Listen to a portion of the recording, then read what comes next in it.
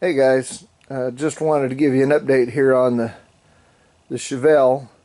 I think I told you before that the car itself, the base of the car, the foundation of the car is in really good shape. The only things that I'm fixing are kind of just a hatchet job. I would say a young kid, maybe with not much money, tried to put things together, just pieces, parts that he could scrounge up. Plus, it's been sitting for a couple of years, so I had been fixing a number of things, and I haven't taken you along for the ride, but I wanted to give you a few updates. If you follow me back here, here's my little blue toy. Maybe we'll do some videos on that sometime soon, but back here I did a number of things. Let me put you in the stand here really quickly.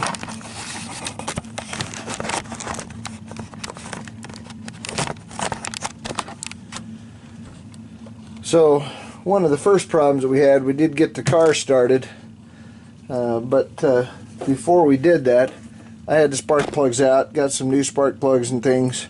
But one of the things I wanted to show you is that hopefully that's coming out. I can see the numbers, but I can't tell if it's really coming out very well.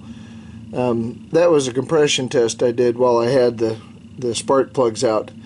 And you can see that most of the cylinders are pretty good, somewhere around a 135, give or take a few pounds. The only problems were cylinder number 6 at 110 and cylinder number 3 at 115. And I'm hoping that those are, because it's been sitting for a number of years, I'm hoping that those kind of loosen up rings or whatever it is, and that the compression comes back a little bit. But while we were doing that, I told you we got started and kind of tried to get things running. I don't know if you can see it. Hopefully it comes out on the tape here. That oil drain pan, you can see reflection there, a little bit of the dirt.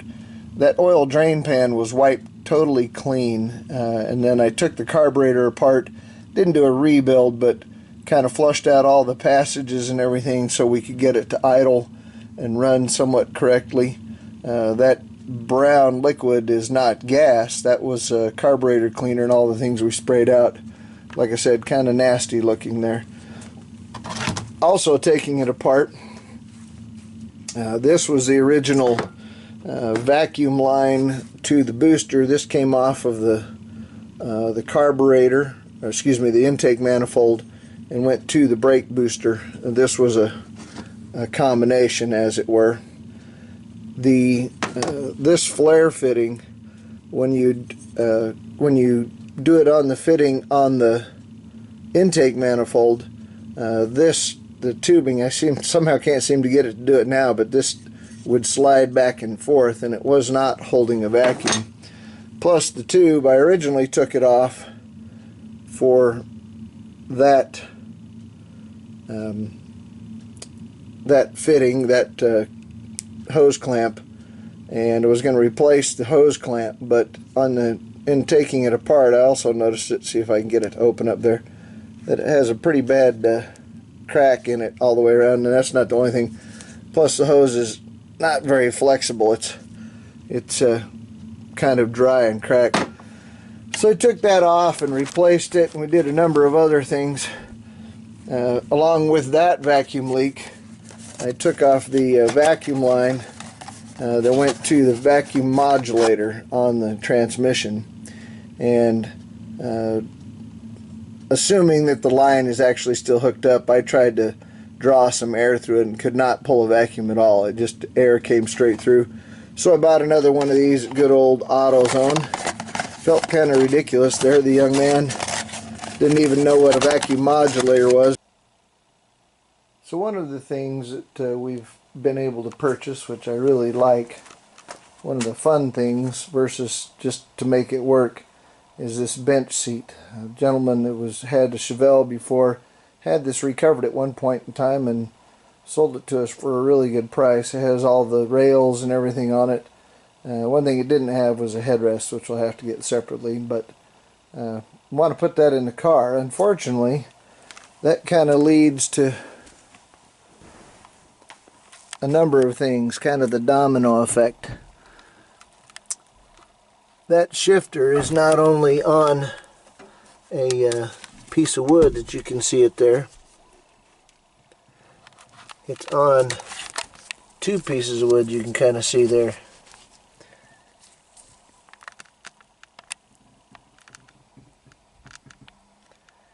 Stands up a little ways. Unfortunately, that rises up way too high to get the seat in there.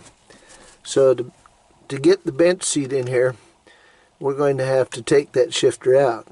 To take that shifter out, I've got to make other arrangements for shifting. The lucky part about this car is you can see it here. It originally had a column shift. You can see the portion there for the shifter handle, and you can see the indicator there.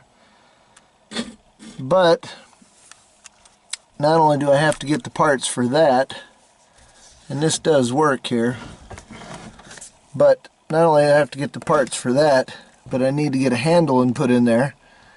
And I've got that part ordered, but to get the handle in, right in the way is this lovely tack, which isn't probably a bad tack. I don't know that it's really needed in this car, but it's right in the way of that shifter handle. So that's going to have to be taken out so that we can put the shifter handle in here.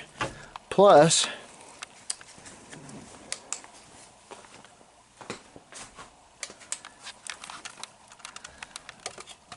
sorry about the lighting there, but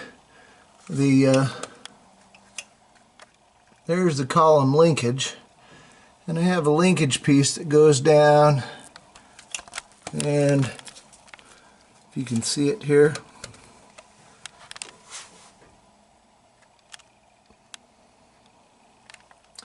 goes all the way down and down into the transmission area.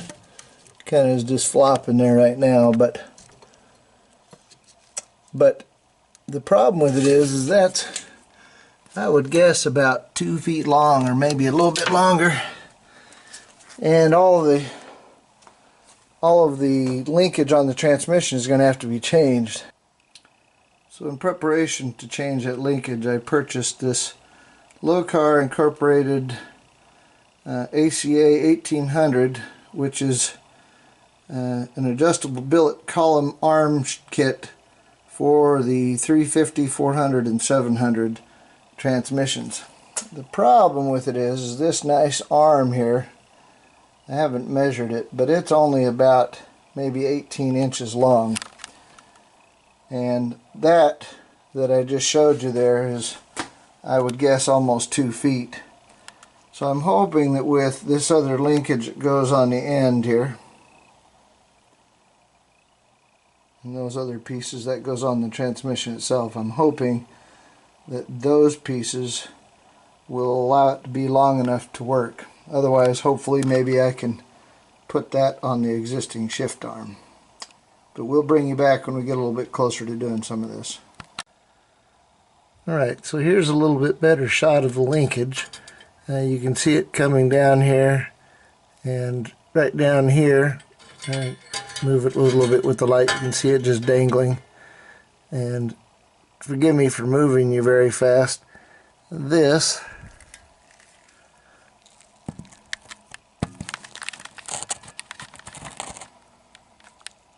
piece right here, there's the end of the rod itself. This piece right here would be the end of the other cross linkage that would then go to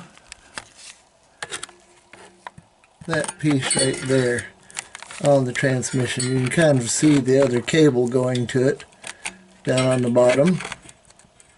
Once again, sorry for the lighting. We've got to undo that cable, and there'll be another rod that would then hopefully come out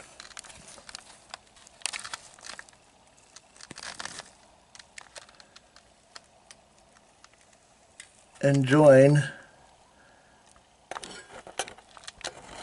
the rod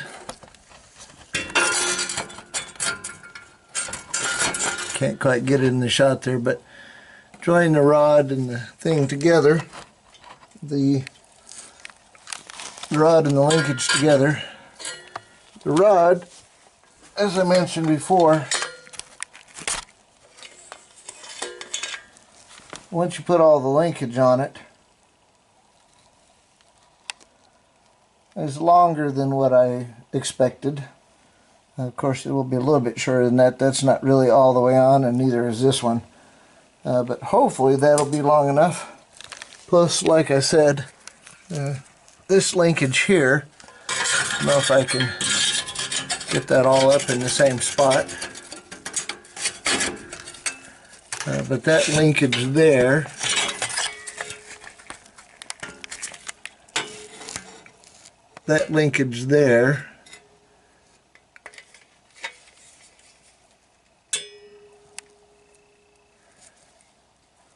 see if we can get a better shot here.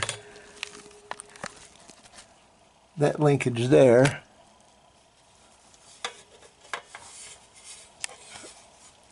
will be replaced by this piece here, going this way towards the rod.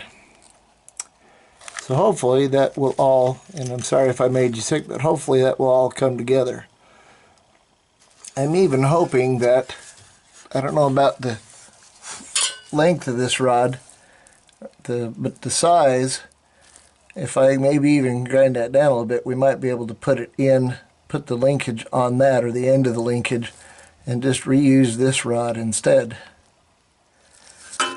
In addition, I found something else here. Part of it I'm not too excited about.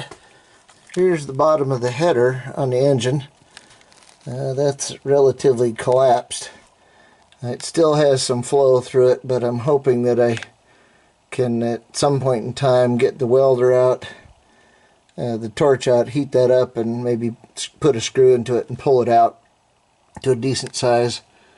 The other one is bent too, not anywhere near as bad. Followed the vacuum line down right here down to the vacuum modulator, and the vacuum, I haven't tested it yet. Here, we'll do that in just a second. But I did find out that the hose, and that was about as easy as it came off, the hose is not in very good shape.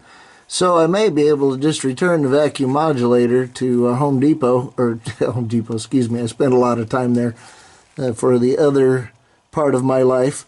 At AutoZone, I may be able to just return the vacuum modulator, but we'll give that a test here in just a second. So what I have here is the vacuum modulator, and I've got a piece of hose coming off it. Kind of goes behind the rail there. I just let it go that way so that it doesn't have to make such a hard bend, but I brought the other end around here. Give me a nice little length. I'm going to pull a little bit on it here and see if I can get it to hold a vacuum. Forgive the strange sounds. And with my tongue hanging around my mouth, see if you can hear it. It does hold a vacuum, so happy days. I just need to connect the two lines together and I can return the other one to AutoZone. Alright, the linkage, I believe, is finally in its final state. This is coming from the column shift, although I don't have the handle in it yet, but we would have park, reverse, neutral, that would be drive, and second, and first. So that looks like we're clearing everything.